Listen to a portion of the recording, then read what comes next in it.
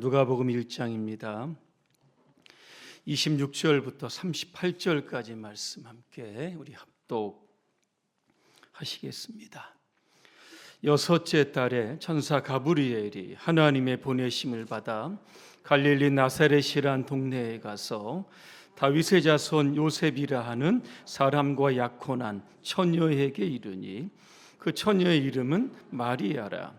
그에게 들어가 이르되 은혜를 받은 자여 평안할지어다. 주께서 너와 함께 하시도다 하니 처녀가 그 말을 듣고 놀라 이런 인사가 어찌함인가 생각하매 천사가 이르되 마리아여 무서워하지 말라. 내가 하나님께 은혜를 입었느니라. 보라 내가 잉태하여 아들을 낳으리니 그 이름을 예수라 하라.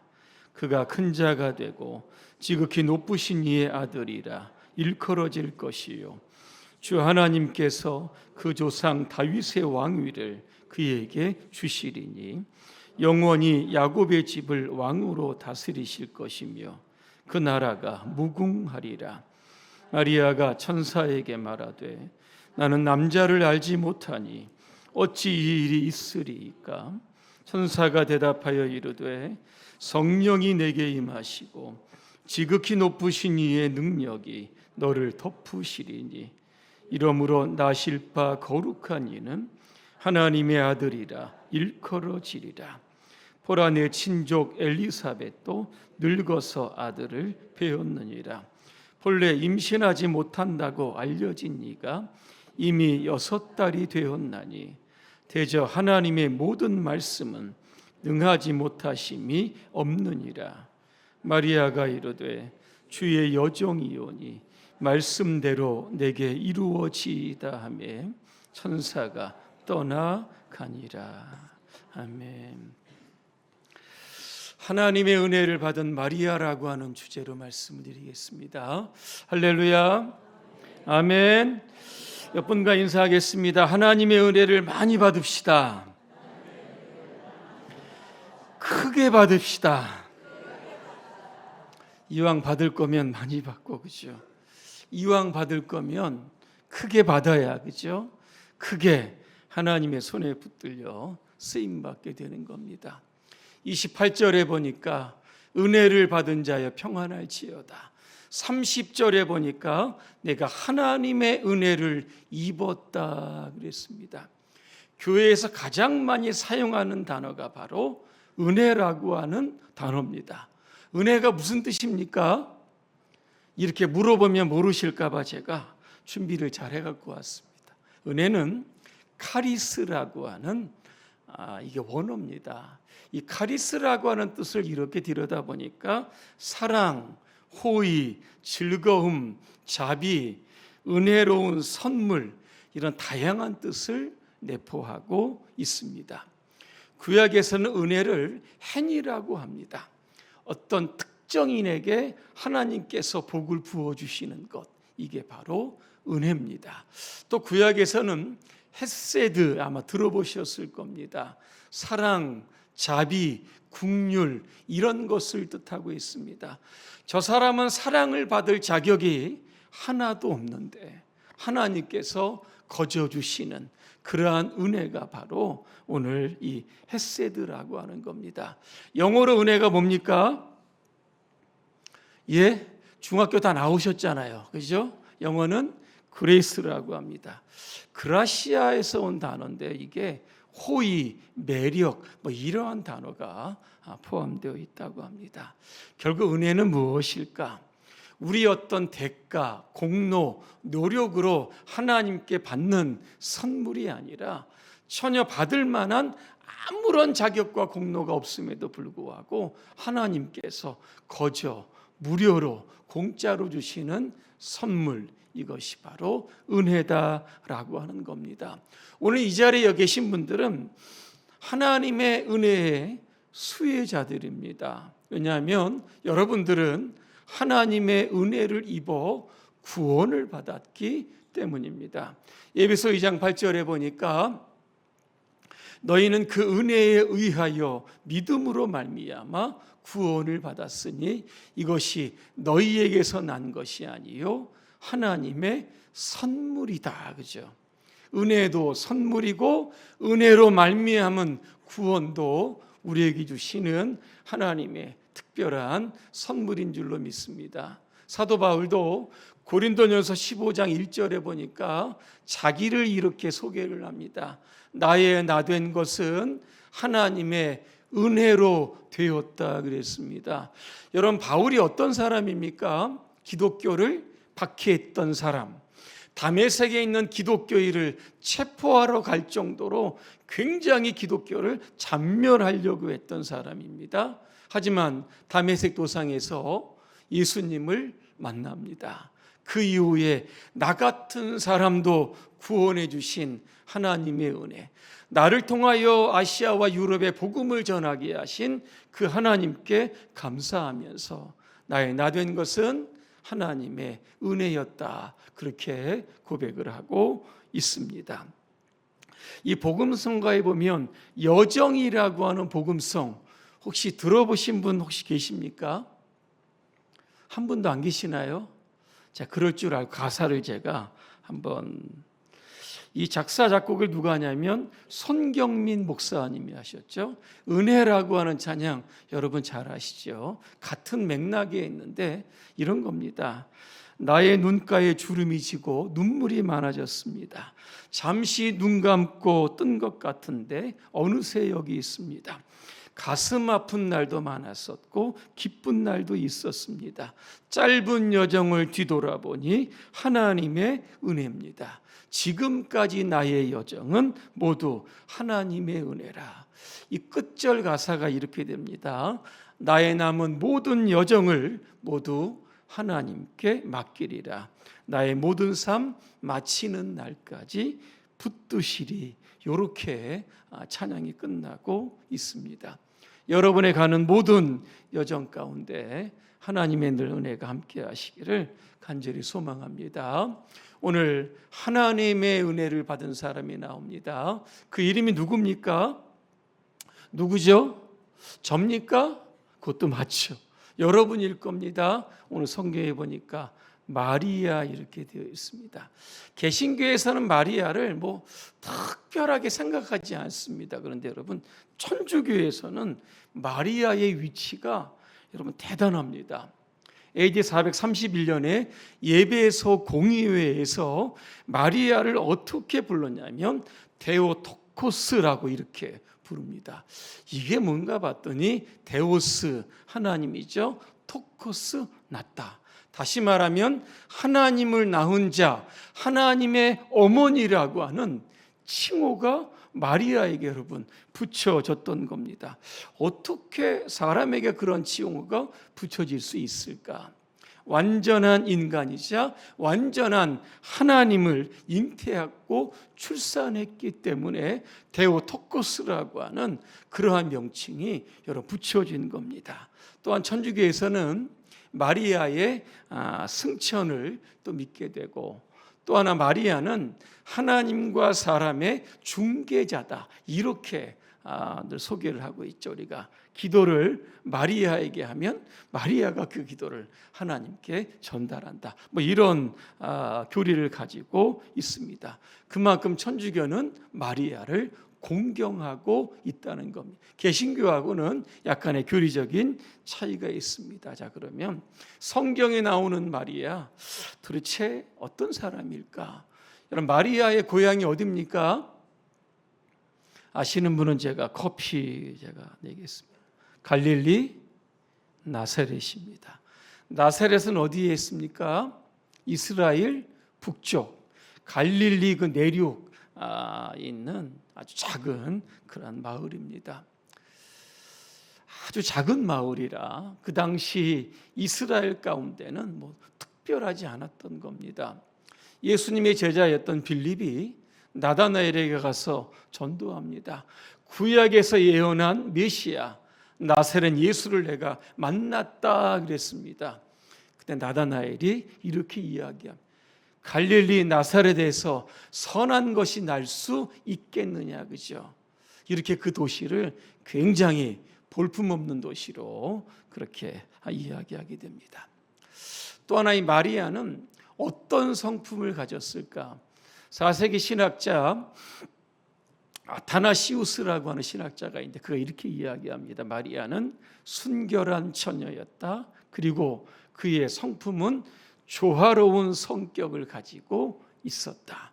순결하고 조화로운 그러한 인격, 그런 성품이 있었기 때문에 하나님의 구원의 계획을 담을 만한 그릇이 되었다. 또 그렇게 마리아를 해석하고 여러분 있는 겁니다. 이처럼 마리아는 특별한 동네에서 태어난 것도 아니고 왕족도 귀족도 아닙니다. 그런데 그가 하나님의 은혜를 입자 인류를 구원한 예수 그리스도를 잉태하고 출산하게 되었다라고 하는 겁니다. 저는 이 마리아를 이렇게 들여다보면서 오늘도 마리아에 임했던 하나님의 은혜, 그 은혜를 좀 우리도 크게 받아야겠다, 그런 생각을 하게 여러분 됩니다. 많은 사람들이 이 땅에 여러분 태어납니다. 그죠? 그런데 소리 없이 그냥 사라지시는 분도 있지만 하나님의 나라 구원의 역사를 위해서 위대하게 쓰임받은 사람도 여러분 있다라고 하는 겁니다. 조용히 한 세상을 마칠 것이다, 이렇게 오늘 생각하시는 분들은 좀 생각을 바꾸시기를 바랍니다. 매일매일 주어지는 하나님의 큰 은혜를 통해서 내가 이 땅을 구원하고 하나님의 나라를 확장하겠다라고 하는 하나님의 꿈과 비전을 가지시기를 주님의 이름으로 축복합니다. 오늘 26절에 보니까 이렇게 시작하죠. 여섯째 달에 천사 가브리엘이 그랬습니다. 여섯째 달 무슨 이야기입니까? 오늘 뒤쪽에 조금 이야기가 나옵니다. 엘리사벳이 세례 요한을 임신한 지가 6개월이 되었다라고 하는 겁니다. 오늘 마리아와 엘리사벳은 오늘 36절에 보니까 친족이었다 그랬습니다. 전승에 보니까 두 사람은 사촌지간입니다. 엘리사벳은 나중에 세례 요한복음에 보면 여러분 나옵니다. 마리아는 예수님을 탄생하게 됩니다. 그러면 예수님과 세례 요한은 이종 사촌지간이 여러분 되는 겁니다. 자, 6개월이라고 하는 이 단어가 주는 뉘앙스는 무엇일까라고 하는 겁니다. 예수님 오시기 전에 6개월 전에 태어났던 세례 요한, 여러분 뭐 한지 아십니까? 요단강으로 나갑니다. 회개를 선포합니다. 그림에 모였던 대중을 향해서 이렇게 이야기합니다. 나는 주의 길을 곧게 하라고 광야에서 외치는 자의 소리다 그랬습니다. 예수님 전도하러 이렇게 다니시면 뭐라고 하냐면, 보라 세상 죄를 지고 가는 하나님의 어린 양이다, 이렇게 소개를 하고 있습니다. 오늘 6개월이라고 하는 단어, 그죠?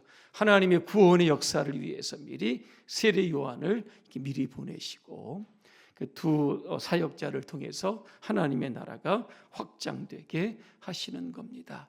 여러분, 천사 가브리엘이 오늘 마리아를 여러분 방문합니다. 천사가 인사하니까 굉장히 오늘 당황스럽죠. 그래서 무서워하지 말라, 그렇게 좀 안정을 시킵니다. 그 이후에 더 무서운 이야기를 합니다. 31절에 어떤 말씀입니까? 보라 내가 잉태하여 아들을 낳으리니 그 이름을 예수라 하라 그랬습니다. 구약 시대부터 하나님의 백성들은 메시아를 기다려 왔습니다. 창세기 3장 15절이죠. 이게 원시복음이라고 하는데 여기서부터 메시아의 예언이 여러분 소개되고 있습니다. 내가 너로 여자와 원수가 되게 하고 내 후손도 여자의 후손과 원수가 되게 하리니, 그 다음 절입니다. 여자의 후손은 내 머리를 상하게 할 것이다. 여자의 후손이 누굽니까? 예수 그리스도. 결국 예수님 이 땅에 오심으로 말미암아 죄와 사망의 권세를 가진 사탄을 깨트린다라고 하는 그런 말씀입니다. 이사야 7장 14절이죠. 보라 처녀가 잉태하여 아들을 낳을 것이요 그 이름을 임마누엘이라 하리라 그랬습니다. 우리 마리아의 예수님 탄생을 벌써 700년 전에 소개하고 있습니다. 미가서 5장 2절에 보니까 제가 오후에 좀 설교를 하려고 하는데 베들레헴 에브라다야 어디입니까?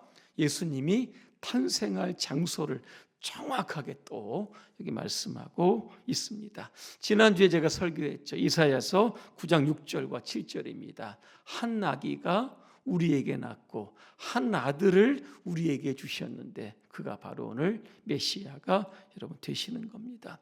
이사야서 53장에 보면 그죠? 예수님 이 땅에 오셔서 우리를 위하여 십자가에서 고난당하는 그죠? 그러한 장면을 생생하게 또 예언을 하고 여러분 있을 겁니다. 자, 구약 때부터 기다리던 메시아 그죠?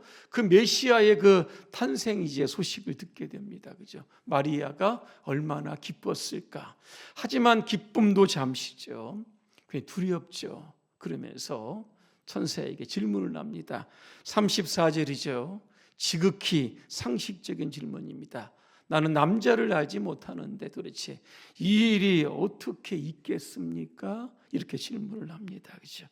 남자 없이 여자 혼자 임신과 출산이 가능한지를 지금 물어보고 여러분 있습니다.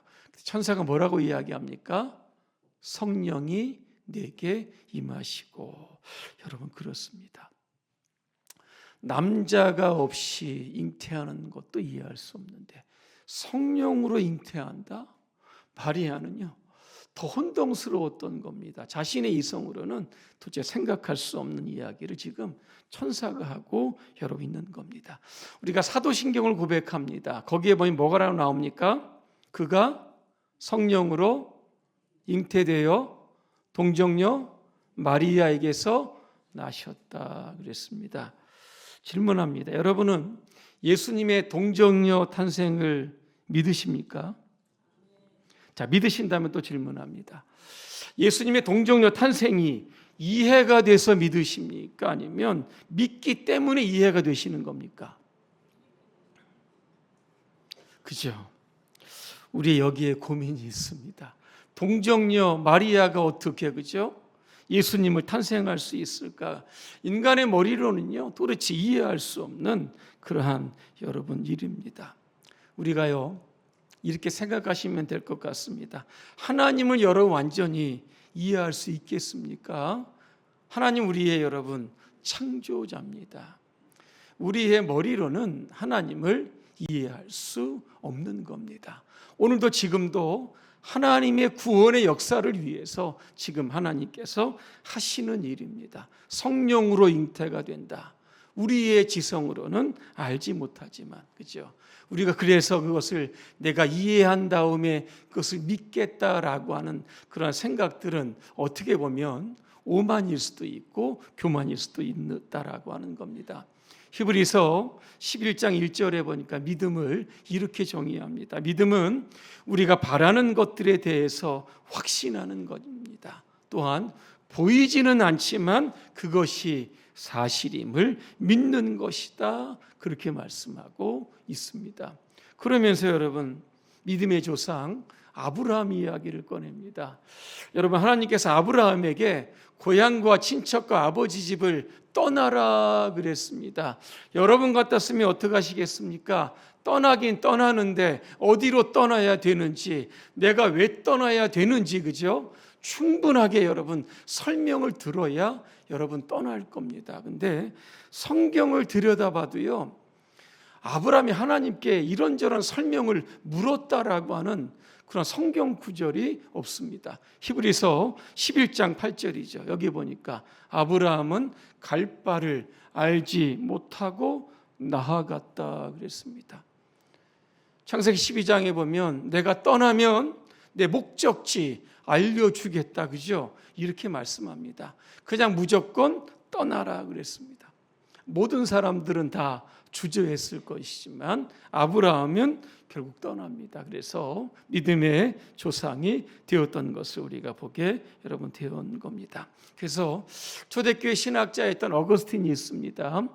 안셀무스라고 하는 사람이 이렇게 이야기를 합니다. 나는 믿는다. 그러므로 나는 이해한다라고 하는 명제를 우리에게 여러분 주었던 겁니다. 자, 그러면 왜 예수님은 성령으로 잉태되셔야만 하는가라고 하는 겁니다. 그죠? 이런 질문이 있습니다. 이유는 단 한 가지입니다. 예수님의 무죄성을 보존하기 위해서 그런 겁니다. 여러분, 인류는요, 원죄라고 하는 게 있죠. 아담의 죄가 전가돼서요, 태어나는 모든 사람들은 다 죄를 가지고 태어나게 됩니다. 하지만 예수님은 성령으로 잉태 여러분 되신 겁니다. 원죄와는 상관없이 죄 없는 몸으로 이 땅에 탄생하게 여러분 되셨던 겁니다. 그래서 예수님은 죄 없는 몸으로 죄 있는 저와 여러분들을 위해서 십자가에서 완벽한 희생의 제물이 되셨다라고 하는 겁니다. 오늘 천사의 설명을 들었던 마리아 결단합니다. 주의 말씀대로 내게 이루어지이다. 그렇게 말씀하고 있습니다. 저는 이 부분에서 굉장히 마리아를 존경하게 여러분 되었습니다. 마리아의 믿음과 순종이 이게 쉬웠을까라고 하는 겁니다. 처녀가 임신합니다. 지금 누가 약혼 중에 있습니까? 요셉이죠. 파기가 됩니다. 또 하나 사회적으로 비난되죠. 처녀가 임신했다. 그러면 신명기 22장에 보니까 간음죄라고 하는 죄목이 얽혀가지고요, 사람들에게 돌에 맞아 죽게 되어 있습니다. 이거는 율법에, 성경에 여러분 나오는 겁니다. 자, 그러니까 마리아가 하나님의 은혜를 입고서도 믿음과 순종으로 결단한 것은 뭡니까? 죽기를 각오를 했다는 겁니다. 내가 죽을지라도 나를 통해서 하나님의 구원의 역사를 반드시 이루겠다라고 하는 거룩한 결단이 그에게 있었다라고 하는 겁니다. 오늘도 저와 여러분의 삶에 오늘도 마리아처럼 하나님의 큰 은혜를 사모하시기를 바랍니다. 오늘도 우리에게 은혜에 걸맞는 믿음도 있어야 되고 또 믿음에 걸맞는 순종도 있어야 되는 겁니다.